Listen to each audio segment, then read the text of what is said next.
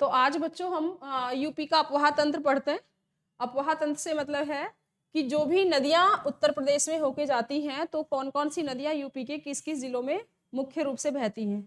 और जब हम अपवाह तंत्र की बात करें तो सबसे बड़ा अपवाह तंत्र कौन सा है पूरे देश का, जिसका नाम होता है गंगा। तो गंगा अपवाह तंत्र या फिर कह लें उत्तर प्रदेश का अपवाह तंत्र। इसमें हम शुरुआत किसके साथ करते हैं? गंगा के साथ। अब जैसा सब जानते हैं कि गंगा नदी केवल यूपी नहीं पूरे भारत की सबसे बड़ी नदी है। तो गंगा की खास बात क्या है? सबसे पहला हमें याद रख के जाना है, भारत की सबसे बड़ी नदी, भारत की सबसे बड़ी नदी। तो आप आंसर दे के आएंगे गंगा। अब बच्चों जैसे ये सवाल हमने आपके सामने रखा है भारत की सबसे बड़ी नदी, तो एक क्वेश्चन आप नोट करके जरूर लिख लेंगे, क्योंकि इसके साथ हमें एक दूसरा सवाल है जो थोड़ा सा कंफ्यूज कर देता है, लेकिन आप इसको याद रखें। यदि भारत की सबसे बड़ी नदी पूछा जा रहा है तो गंगा, और दूसरा क्वेश्चन आता है प्रायद्वीपीय भारत की, प्रायद्वीपीय भारत की या पेनिनसुला इंडिया की सबसे बड़ी नदी, सबसे बड़ी नदी। तो आपका आंसर क्या होगा? फिर आप आंसर देंगे सबसे बड़ी नदी है तो आंसर होगा गोदावरी। अब देखिए दो क्वेश्चन है, दोनों एक जैसे लगते हैं। हम यहां से इसको पढ़ते हैं भारत की सबसे बड़ी नदी, तो आंसर जाता है गंगा के पास, और यहाँ इसको पढ़े भारत की सबसे बड़ी नदी, तो ऐसा लगता है जैसे आंसर गंगा होगा। लेकिन हमें पूरा ध्यान रखना है क्या पूछ रहा है एग्जाम में, प्रायद्वीपीय भारत की सबसे बड़ी नदी, तो आंसर क्या आएगा? गंगा। अब प्रायद्वीपीय भारत से आप क्या समझते हैं? तो पहले उसको थोड़ा सा ऐसे जान लें। यदि हम अपने भारत के इस मैप को देखते हैं तो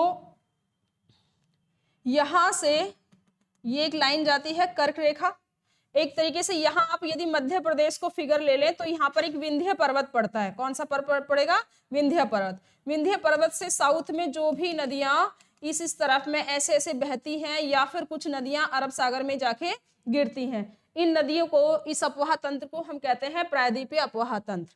तो जब हम नदियों की बात करें तो कौन सी नदी इस साउथ वाले इंडिया में या फिर विंध्य के साउथ में, जिनका ढलान सामान्यतः या तो बंगाल की खाड़ी की तरफ होता है या फिर अरब सागर की तरफ होता है। इधर देखें तो यहाँ क्या पड़ेगा? अरब सागर।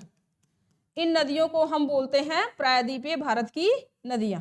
तो यहाँ जो भी नदियां हैं, इनमें जो भी, जैसे आप एक नदी का नाम पढ़ते हैं कृष्णा नदी, दूसरी नदी का नाम पढ़ते हैं कावेरी नदी या फिर महानदी आदि, बहुत सारी नदियां हैं। तो उनमें जो प्रायद्वीपीय भारत में सबसे बड़ी नदी बहती है उसे हम कहते हैं गोदावरी नदी। तो ये क्वेश्चन आप एज ए की पॉइंट याद रखें, भारत की सबसे बड़ी नदी कौन सी है? तो आप आंसर देके आएंगे गंगा।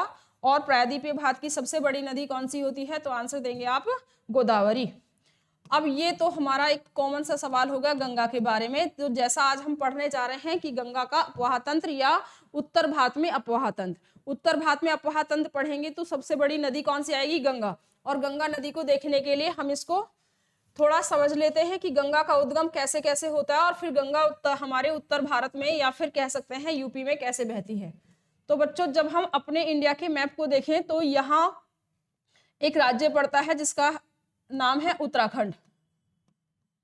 उत्तराखंड, उत्तराखंड, इस राज्य से एक धारा निकल, इस राज्य में एक ग्लेशियर है जिसका नाम है गंगोत्री ग्लेशियर, गंगोत्री ग्लेशियर। अब एक प्री का क्वेश्चन हो जाता है गंगोत्री ग्लेशियर कहाँ है? तो गंगोत्री ग्लेशियर कहाँ है? उत्तराखंड में। गंगोत्री ग्लेशियर में एक स्थान है, नाम है गोमुख। कौन सा स्थान है? गोमुख। इस गोमुख नामक स्थान से एक धारा निकलती है, गोमुख नामक स्थान से धारा निकलती है, जिस धारा का नाम होता है भागीरथी। क्या नाम है इसका? भागीरथी। तो जब आप उत्तर प्रदेश का अपवाह तंत्र पढ़ेंगे तो हम वहां पर क्या पढ़ रहे हैं? गंगा पढ़ रहे हैं। और गंगा को पढ़ने के लिए गंगा का उद्गम स्थल हमसे पूछा जाता है कि कौन सा राज्य गंगा का उद्गम स्थल है, तो हम आंसर दे के आते हैं उत्तराखंड। गंगा का उद्गम स्थल कौन सा राज्य है? उत्तराखंड। उत्तराखंड में कौन सी जगह से गंगा निकलती है? तो बच्चों आंसर याद रखें, गंगोत्री ग्लेशियर से। कौन से ग्लेशियर से निकलती है? गंगोत्री ग्लेशियर। गंगोत्री ग्लेशियर जिस स्थान पर है उसे गोमुख कहा जाता है। यहां से जब ये धारा निकलती है तो भागीरथी के नाम से, किस नाम से? भागीरथी। कई बार एग्जाम में सिंपल सवाल पूछ लिया जाता है कि गंगा का ओरिजिन जहां से होता है, गंगा का उद्गम जहां से होता है, वहां गंगा को किस नाम से जानते हैं, तो भागीरथी, या फिर गंगा का रियल नेम क्या है, गंगा का मूल नाम क्या है, भागीरथी। अब उत्तराखंड में ही इधर से एक धारा आती हुई दिखती है, उत्तराखंड में एक धारा इधर से आती दिखती है, इस धारा को कहा जाता है भीलांगना। इस धारा को क्या कहते हैं, भीलांगना। अब भीलांगना और भागीरथी ये दोनों धाराएं जाकर के एक स्थान पे मिलती हैं, जिस स्थान का नाम है टिहरी। क्या नाम है, टिहरी। कई बार हम सुनते हैं कि देश का सबसे ऊंचा बांध कहां पर है, तो टिहरी बांध। देश का सबसे ऊंचा बांध तो कौन सा है, टिहरी बांध। अब टिहरी कहां पड़ेगा, उत्तराखंड में। अब पूछा जाता है बेस्ड ऑन, तो आंसर होता है भागीरथी नदी। तो भागीरथी एंड भीलांगना का कॉम्बिनेशन जहां बनता है, ये दोनों जहां पर ज्वाइंट होती हैं जाके, उस स्थान को कहते हैं टिहरी। अब ये भागीरथी आगे जाती है और आगे जाकर के इधर से एक नदी, मुझे थोड़ा सा रब करना पड़ेगा यहाँ से, इसमें लिख लिया होगा, लिख लें आपने नहीं लिखा हो तो।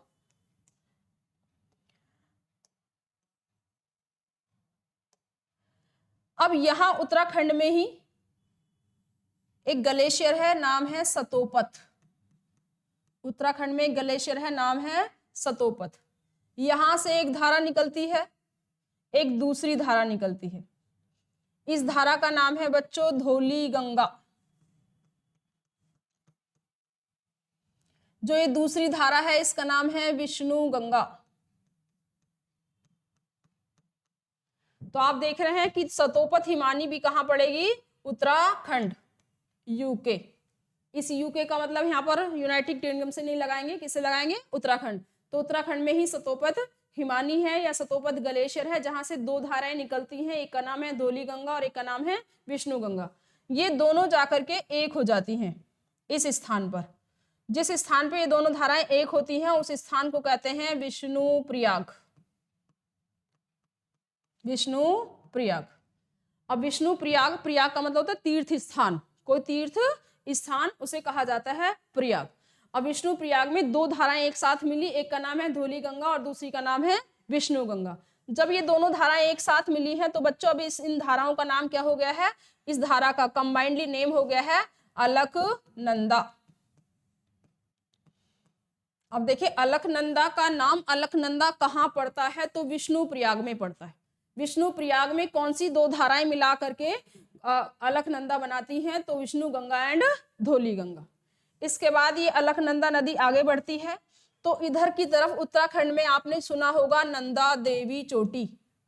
नंदा देवी चोटी, जल्दी से बताएं उत्तराखंड की सबसे ऊंची चोटी कौन सी है। आपने कमेंट बॉक्स में लिख करके बता सकते हैं कि यदि आपसे पूछा जाए उत्तराखंड की सबसे ऊंची चोटी कौन सी है, तो फिर उसका आप आंसर क्या दे करके आएंगे।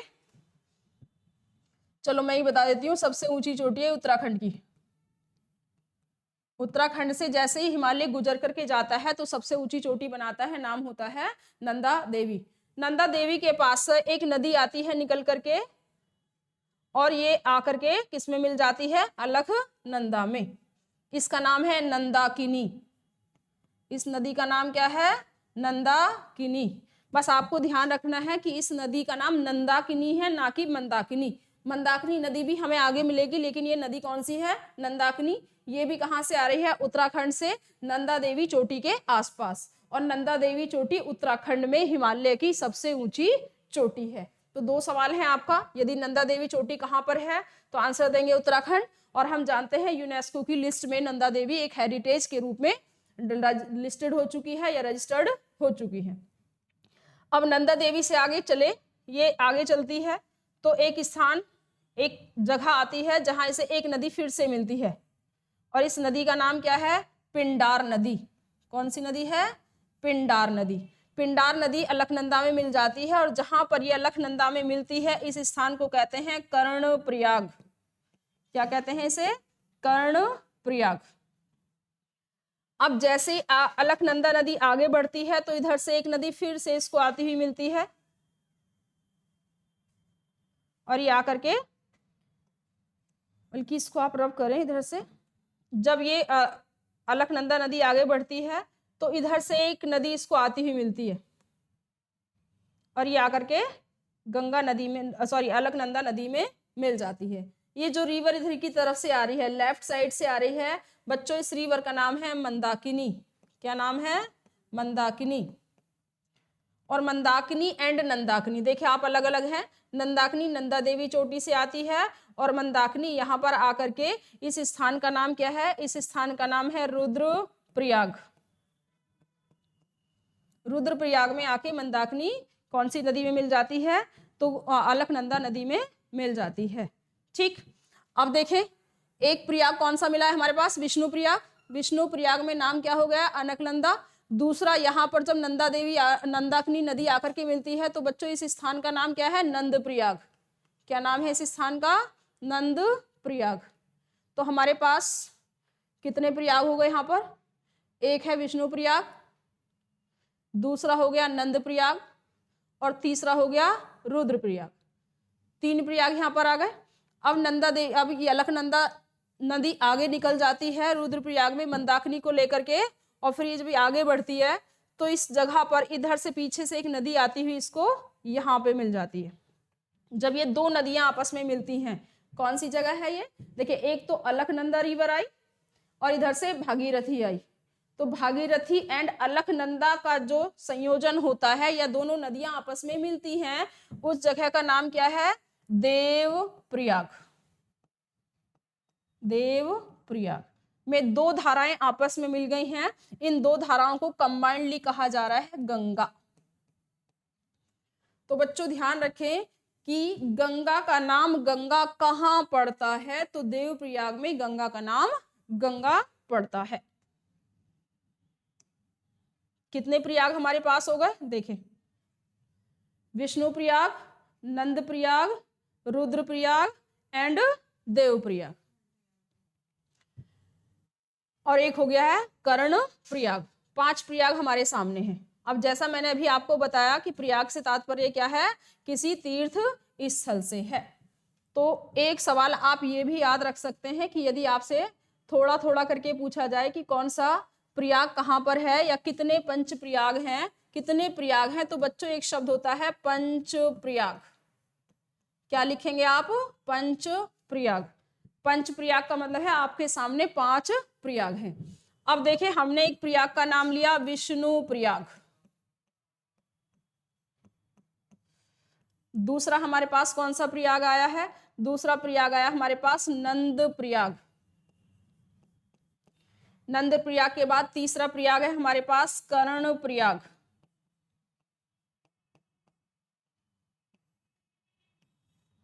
कर्ण प्रयाग के बाद नेक्स्ट हम पढ़ते हैं रुद्र प्रयाग।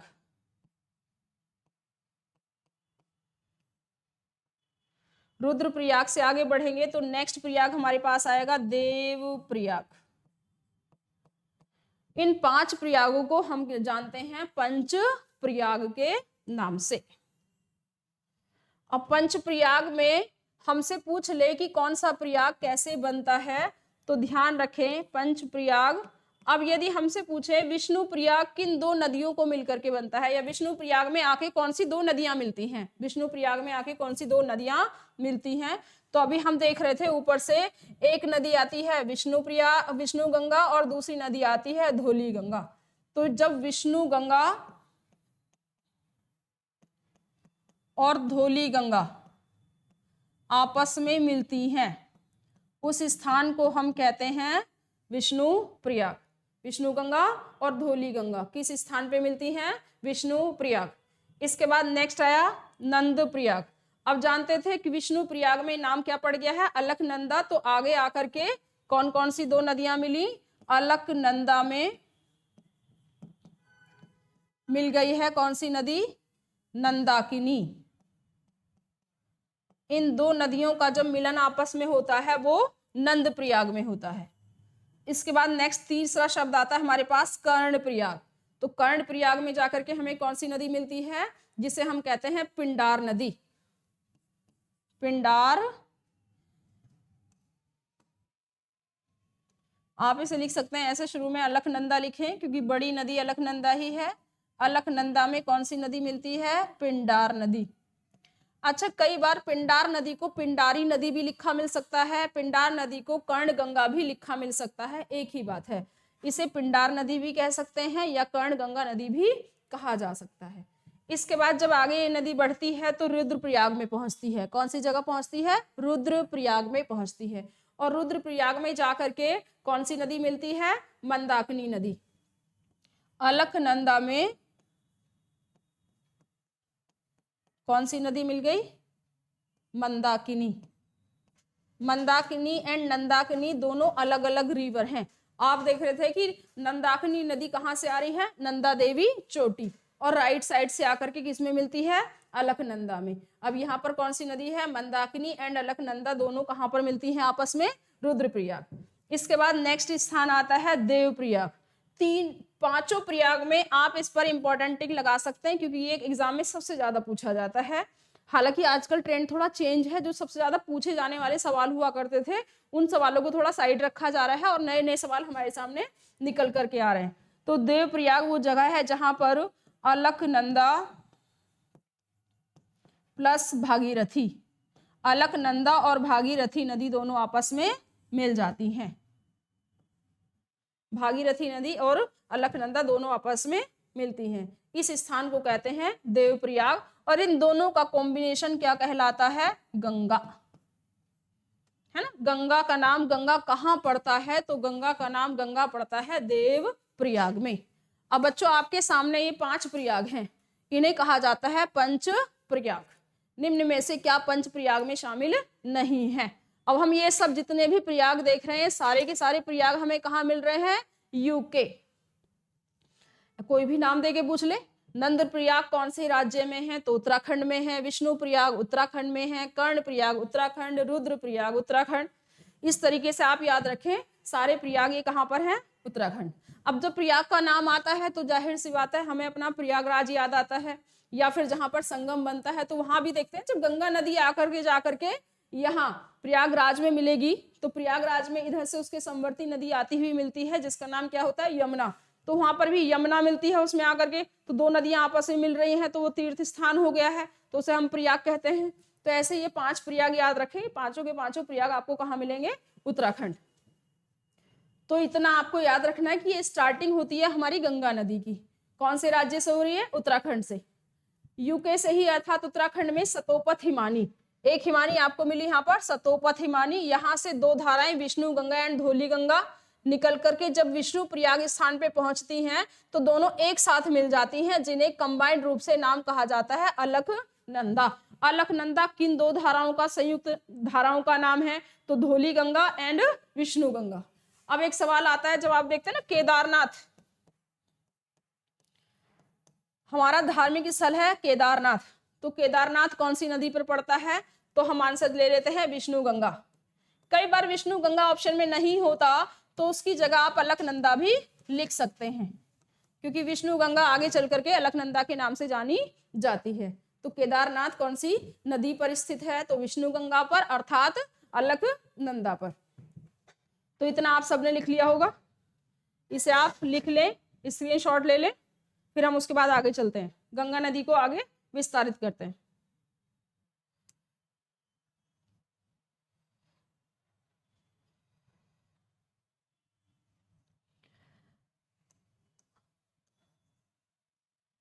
अब जैसे मैंने अभी आपको बताया था कि गंगा नदी पूरे भारत की सबसे बड़ी नदी है। गंगा नदी क्या है? पूरे भारत की सबसे बड़ी नदी है। देवप्रयाग नहीं भूलना है, गंगा का नाम गंगा कहाँ पड़ता है? देवप्रयाग में। अब गंगा नदी जब उत्तराखंड से आगे बढ़ती है, अर्थात देवप्रयाग से आगे बढ़ती है, तो आगे स्थान पड़ेगा ऋषिकेश। गए होंगे आप लोग ऋषिकेश। ऋषिकेश झूला स्पेशली देखते हैं ना वहां पर जाकर के। तो ऋषिकेश झूला जो बना हुआ है वो गंगा नदी बहती है आपकी, तो गंगा नदी अब यहाँ से निकल के कहाँ पहुंच जाएगी? ऋषिकेश। और ऋषिकेश से आगे जब गंगा नदी बहती है तो अब गंगा नदी पहुंचेगी हरिद्वार। कहाँ पे पहुंचती है? हरिद्वार। अब हरिद्वार की गंगा हम सबने देखी है, और बहुत अच्छा सवाल हरिद्वार को लेकर के आता है कि हरिद्वार को लेकर गंगा नदी का कोई स्पेशल सवाल है एग्जाम में आता है, तो ध्यान रखिए, क्वेश्चन आता है कि गंगा मैदानों में प्रवेश कहाँ करती है, या मैदानी भाग में प्रवेश कहाँ करती है। तो आंसर होता है हरिद्वार।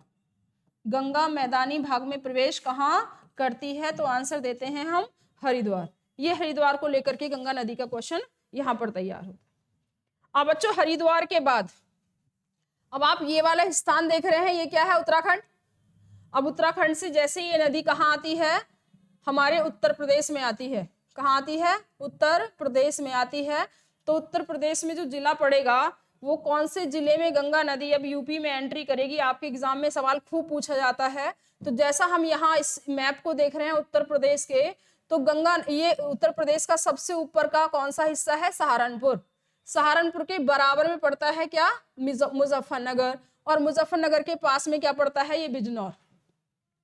तो गंगा नदी उत्तराखंड में सबसे पहले कौन से जिले, यूपी में सबसे पहले कौन से जिले में एंट्री करती है, बिजनौर में। अब यहां से गंगा नदी जब आगे बढ़ेगी तो ये शुरू हो जाएगा उत्तर प्रदेश। अब गंगा की एंट्री यहां तक कहां थी, उत्तराखंड में थी, और यहां से अब गंगा नदी कहां एंट्री हो गई है, उत्तर प्रदेश। उत्तर प्रदेश में गंगा नदी कहां जाएगी बच्चों, बिजनौर जिले में। यूपी में बहुत ज्यादा पूछा जाने वाला सवाल है कि गंगा नदी उत्तर प्रदेश के किस जिले में सबसे पहले प्रवेश करती है, तो आंसर होता है बिजनौर। अब ये बिजनौर यूपी के रेफरेंस में याद रखना है, क्या गंगा नदी बिजनौर से होकर गुजरती है, तो बिल्कुल गुजरती है भाई, सबसे पहला जिला है जिसको वो क्रॉस करती है। अब गंगा नदी जितनी भी यूपी में बहेगी, तो यूपी में गंगा नदी बहती बहती जब यहाँ पर आएगी तो यहाँ सबसे लास्ट जिला आप ये देखेंगे, सबसे लास्ट जिले से यहाँ पर मतलब है कि यदि हम इसे पूरब में देखें तो पूरब में लास्ट बलिया होता है। तो गंगा नदी लास्ट यूपी से जब बाहर निकलती है तो बलिया में पहुंचती है। कहाँ पहुंचती है, बलिया। अर्थात यूपी गंगा नदी का सबसे लास्ट या अंतिम प्रवेश द्वार उत्तर प्रदेश का कौन सा जिला है, तो आंसर होता है बलिया। तो आप ये याद रखें कि उत्तर प्रदेश में गंगा नदी सर्वप्रथम और अंतिम किस जिले में होती है। तो आप अच्छे से आंसर लगा देंगे, और वहां कॉम्बिनेशन आपको ऐसे मिलेगा, बिजनौर एवं बलिया, बिजनौर एवं बलिया। अब आप देखें, ये तो सबसे पहला जिला हो गया है जहां प्रवेश करती है, और बलिया सबसे लास्ट जिला हो गया है जहां पर गंगा नदी लास्ट बहती है। उत्तर प्रदेश के किस जिले में गंगा अंतिम रूप से बहती है, तो आंसर होता है बलिया। और आप बताएं उत्तर प्रदेश का सबसे पूर्वी जिला कौन सा है, उत्तर प्रदेश का सबसे पश्चिमी जिला पूर्वी जिला कौन सा है, तो हम आंसर क्या देते हैं, बलिया। और उत्तर प्रदेश का सबसे पश्चिमी जिला कौन सा होगा, शामली। उत्तर प्रदेश का सबसे पश्चिमी जिला शामली, उत्तर प्रदेश का सबसे पूर्वी जिला बलिया। लेकिन एंट्री कहां से होती है गंगा नदी की, बिजनौर से लेके बलिया। कहां पर होती है, बिजनौर टू बलिया। थोड़ा सा उसको नीचे करके बनाकर चलते हैं, जब ऐसे गंगा नदी जाती है तो इलाहाबाद होती हुई ऐसे ऐसे निकलती है। ठीक, अब इसमें हम इसको आगे पढ़ने से पहले हमें यह देख लेना है कि गंगा की शुरुआत किस राज्य से होती है। तो गंगा की शुरुआत कहां से होती है, उत्तराखंड से। अब उत्तराखंड के बाद गंगा कौन से जिले में गई, बिहार, यूपी। कौन से जिले में गई, यूपी। अब देखिए बलिया से जस्ट बराबर में जो आपको ये राज्य दिखाई दे रहा है यहाँ पर, ये राज्य कौन सा है, बिहार। अब गंगा कहाँ चली जाएगी, बिहार, गंगा जाएगी बिहार। अब इस आगे हम बढ़ने से पहले अभी हमने देखा है किस तरीके से गंगा उत्तर प्रदेश में एंट्री करती है, हम सिर्फ इतना याद रखेंगे अभी। इससे पहले हम इसको पढ़ेंगे कि यदि हम बात करते हैं कि किस नदी का जल क्षेत्र, किस नदी का जल ग्रहण क्षमता, किस नदी की जल ग्रहण क्षमता सबसे ज्यादा है या सर्वाधिक है, तो हम आंसर देके आते हैं गंगा। किस नदी की जल ग्रहण क्षमता सर्वाधिक है? तो आंसर हमारा होता है गंगा। अब जल ग्रहण क्षमता का मतलब क्या यहाँ पर है? हम जानते हैं देश की सबसे बड़ी नदी, देश की सबसे लंबी नदी कौन सी है? गंगा। लेकिन अब ये दूसरा सवाल हमारे सामने है कि किस नदी की जल ग्रहण की क्षमता सबसे ज्यादा है? तो भी आंसर देंगे गंगा। बच्चों, जल ग्रहण क्षमता से मतलब होता है कि ऐसी नदी जो बहुत सारी नदियां आकर के जिसमें अपने पानी को छोड़ देती हैं, या जिन नदियों का पानी गंगा नदी में जाके मिल जाता है। तो सबसे ज्यादा जो नदियां अपना पानी किसी नदी में छोड़ती हैं तो वो गंगा नदी में छोड़ती हैं। क्योंकि जब हम गंगा नदी को आगे पढ़ेंगे, अभी तो गंगा नदी की शुरुआत की है हल्की सी और यूपी में एंटर कराया है, तो आप देखेंगे यूपी में ही आके बहुत सारी नदियां, गोमती है, यादी नदियां हैं, ये आकर के यमुना है, आकर के गंगा नदी में मिलती हैं और अपना पानी गंगा नदी में अधिग्रहित कर देती हैं। तो उसे कहा जाता है जल ग्रहण की क्षमता भी सबसे ज्यादा किसकी है? गंगा नदी की। दूसरा सवाल आता है कि कौन सी नदी है या किस नदी क्षेत्र में, किस नदी क्षेत्र में जनसंख्या, किस नदी क्षेत्र में जनसंख्या सबसे ज्यादा निवास करती है या सर्वाधिक जनसंख्या कौन से नदी क्षेत्र में निवास करती है? तो हमारा आंसर होता है गंगा। भाई गंगा यदि नदी बह करके जाती है उत्तराखंड से, फिर जाती है यूपी, फिर जाती है बिहार, बिहार से निकल करके पहुंच जाती है आगे झारखंड, झारखंड से जाती है वेस्ट बंगाल, वेस्ट बंगाल से जाती है बांग्लादेश। और आप देखें कि भारत के जितने भी बड़े जनसंख्या वाले क्षेत्र हैं, भारत के जितने भी बड़े जनसंख्या वाले क्षेत्र हैं, जैसे आप यूपी ले लें, बिहार लें, छत्तीसगढ़ लें, ये जब बड़ी बड़ी आबादी वाले क्षेत्र हैं वो सब गंगा के इर्द गिर्द ही पाए जाते हैं। तो जो ज्यादा जनसंख्या का एरिया है वो गंगा नदी के आसपास ही मिलता है। इसीलिए गंगा को खाली पानी मान लो या गंगा को मां कह लो। कहावत सुनी है ना शुरू में कि गंगा को जो मानते हैं, ना मानो तो गंगा पानी है और मानो तो गंगा मां है। और मां का मतलब क्या है? जहां जनसंख्या बहुत ज्यादा हो। तो आपकी मर्जी, गंगा को आप क्या मान सकते हैं। यदि गंगा नदी आपके इर्द गिर्द पाई जाती है तो आप देखते हैं कि वहां की जो मिट्टी होती है उसकी उर्वरा शक्ति बहुत अच्छी पाई जाती है, अर्थात लोगों को वहां पर रहने के लिए बहुत अच्छे साधन मुहैया हो जाते हैं आसानी से। तो किस नदी का क्षेत्र जनसंख्या के लिए वृहद होता है या सर्वाधिक जनसंख्या जहां पर निवास करती है? तो भी हम आंसर देते हैं गंगा नदी। अब दूसरा सवाल ये आता है कि गंगा नदी कितने राज्यों से होकर, कितने राज्यों से होकर जाती है? कितने राज्यों से होकर जाती है?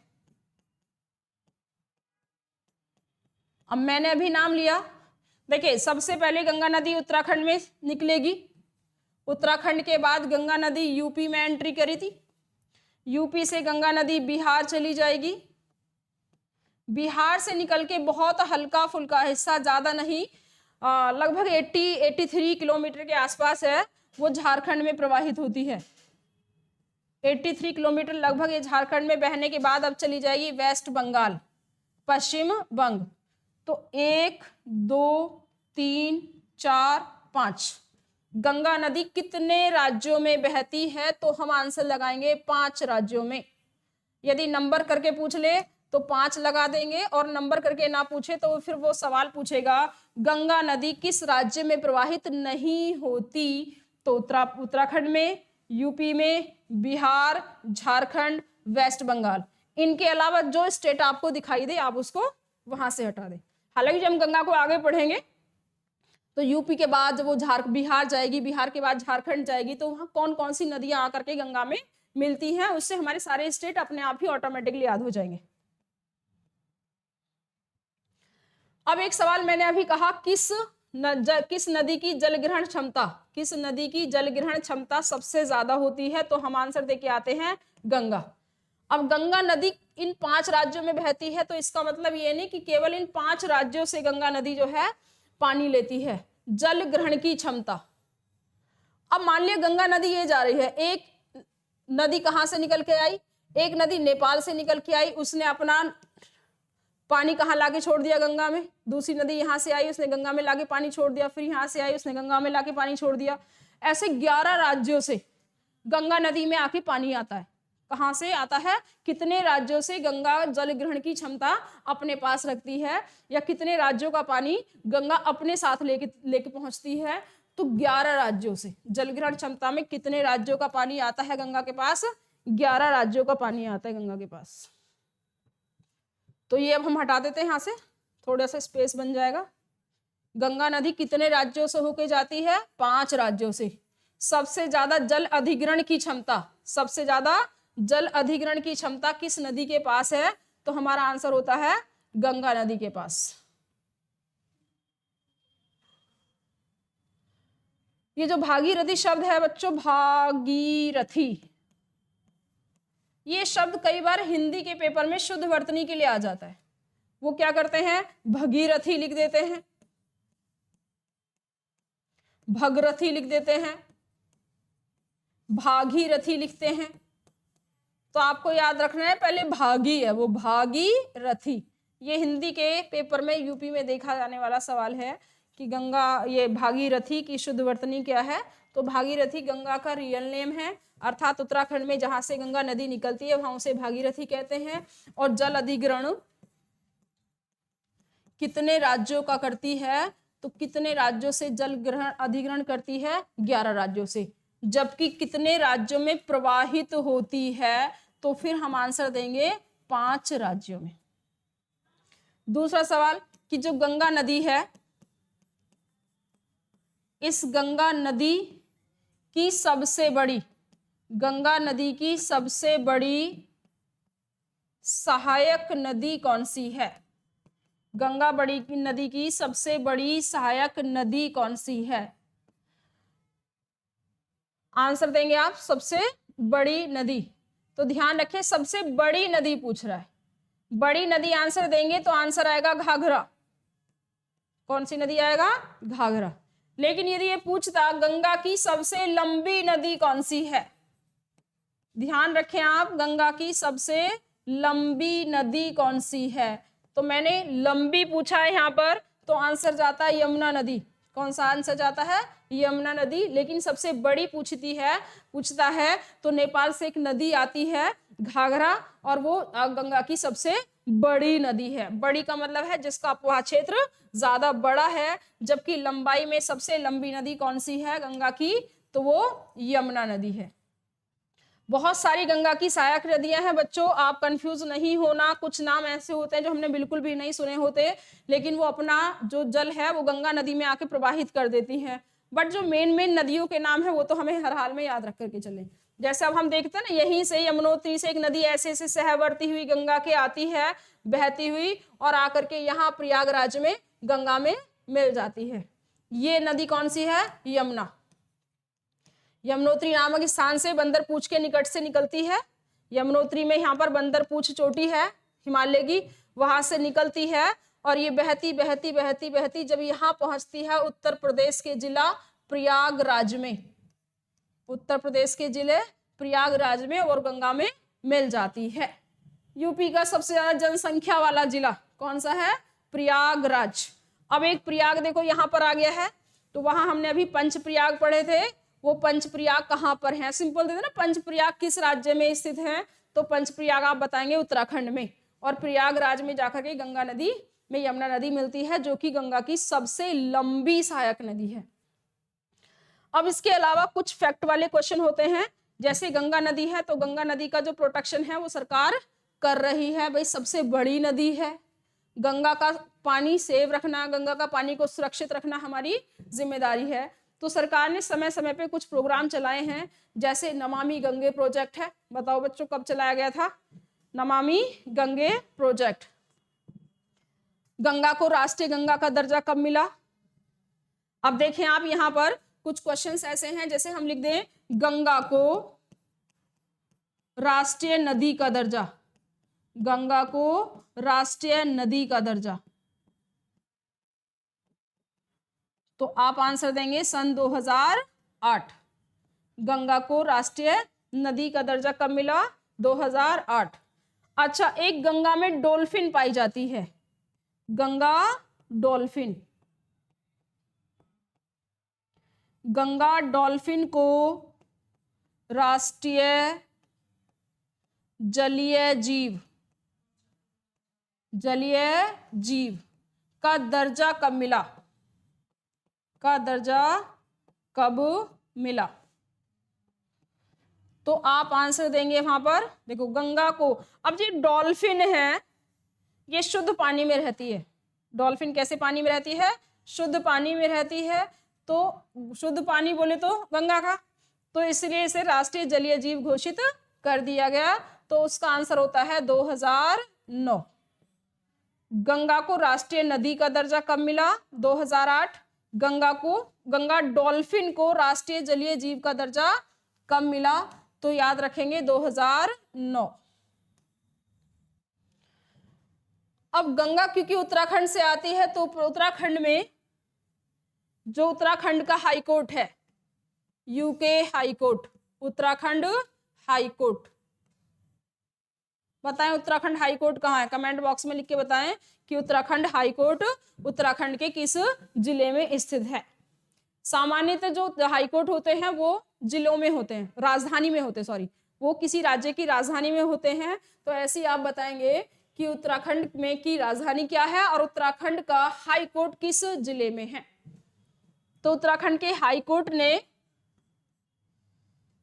गंगा को, उत्तराखंड के हाई कोर्ट ने गंगा को विधिक व्यक्ति, लीगल पर्सन, विधिक व्यक्ति का दर्जा दिया।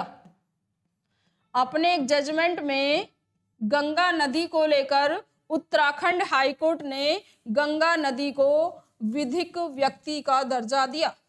विधिक व्यक्ति का मतलब होता है एक लीगल पर्सन, जैसे हम हैं, हमारे राइट्स हैं कुछ अपनी लाइफ से रिलेटेड, ऐसे ही गंगा नदी भी एक विधिक व्यक्ति है, उसका भी एक कानूनी व्यक्ति का दर्जा है। ये कब मिला?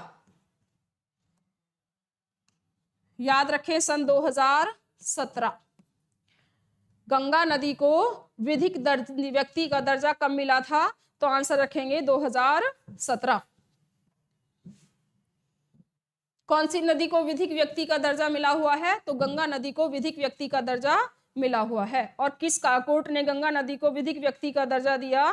तो याद रखें Uttarakhand court, Uttarakhand high court.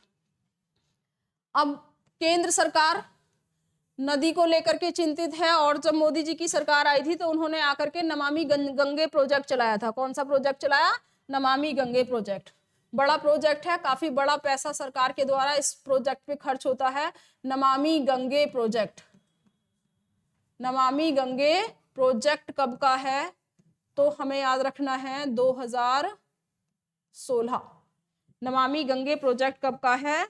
2016 का। इसके बाद next Ganga smart city project, next आता है Ganga smart city project. Ganga smart city project, Ganga smart city project लिखें। गंगा स्मार्ट सिटी प्रोजेक्ट कब का है? 2018। गंगा स्मार्ट सिटी प्रोजेक्ट कब का है? 2018।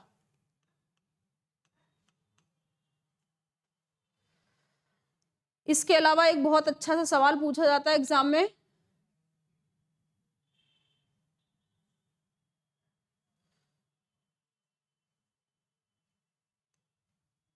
गंगा एक्शन प्लान, GAP, बहुत बार आया एग्जाम में। Ganga action plan, Ganga action plan की शुरुआत कब हुई? गंगा एक्शन प्लान की शुरुआत कब हुई? रट के जाएंगे, बहुत रिपीट होता है। 1985। गंगा एक्शन प्लान की शुरुआत कब हुई थी? 1985। इसके अलावा एक सवाल है आपका कि Ganga project, sorry dolphin project, Ganga project नहीं, डॉल्फिन प्रोजेक्ट,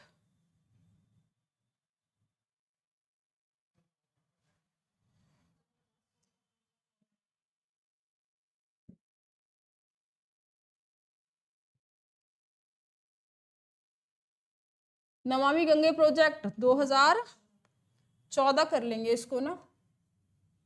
वैसे जब मोदी जी की नई सरकार बनी थी तो उन्होंने आते ही इसे नेक्स्ट बजट में इसके लिए एक बड़ा पैसा लॉन्च किया था ना, तो 2014 में आई थी, तो 2014 ही कर लेंगे इसको। 2000 करोड़ राशि के आसपास पैसा उन्होंने इस बजट में दिया है इसके लिए। इसके बाद नेक्स्ट हमारा क्वेश्चन क्या बता रही थी मैं, डॉल्फिन प्रोजेक्ट। डॉल्फिन प्रोजेक्ट क्या हो गया बोर्ड को,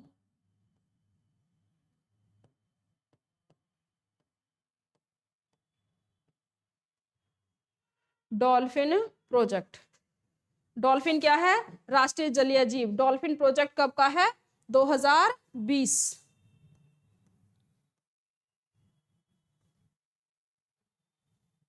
चलो अब चल गया है, छोटा कर दिया इसको तो ये नाराज हो गया। डॉल्फिन प्रोजेक्ट कब का है, 2020 का। ये कुछ छोटे छोटे हैं, सन को लेकर क्वेश्चन आते हैं। जैसे हमने देखा नमामि गंगे प्रोजेक्ट कब का है, 2014। गंगा स्मार्ट प्रोजेक्ट कब का है, Ganga smart city project. Ganga smart city project, board गड़बड़ कर रहा है, तो आंसर देंगे गंगा स्मार्ट सिटी प्रोजेक्ट कब का है, 2018। यूके हाईकोर्ट ने किस नदी को विधिक व्यक्ति का दर्जा दिया हुआ है, गंगा नदी का। अब देखो ये गंगा का हल्का सा बेस देखा था हमने। गंगा की शुरुआत उत्तराखंड के गंगोत्री ग्लेशियर से होती है और इधर से दो धाराएं आती हैं, धौली गंगा, विष्णु गंगा, जो कंबाइंडली अलकनंदा के नाम से जानी जाती हैं। ये दोनों नदियां आकर के कौन कौन सी, भागीरथी एंड अलकनंदा, देवप्रयाग में आके, कहाँ आके, देवप्रयाग में आके गंगा के नाम से जानी जाती हैं।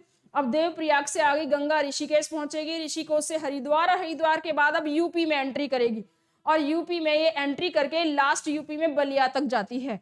अब गंगा नदी जब यूपी में जाती है तो यूपी में कौन कौन सी नदियों का जो पानी है वो अपने साथ ले लेती है। ये इसके देखने के लिए हमें गंगा की बहुत सारी सहायक नदियां, स्पेशली जो यूपी में उसकी सहायक नदियां हैं, उन्हें देखना है। तो उसको अब हम नेक्स्ट लेक्चर में देखेंगे। आज के लिए आप ये बहुत सारे सवाल हैं, इन्हें याद करेंगे, ठीक है। यदि आपको वीडियो अच्छी लगी हो तो उसे लाइक करें, कमेंट करें। Thank you.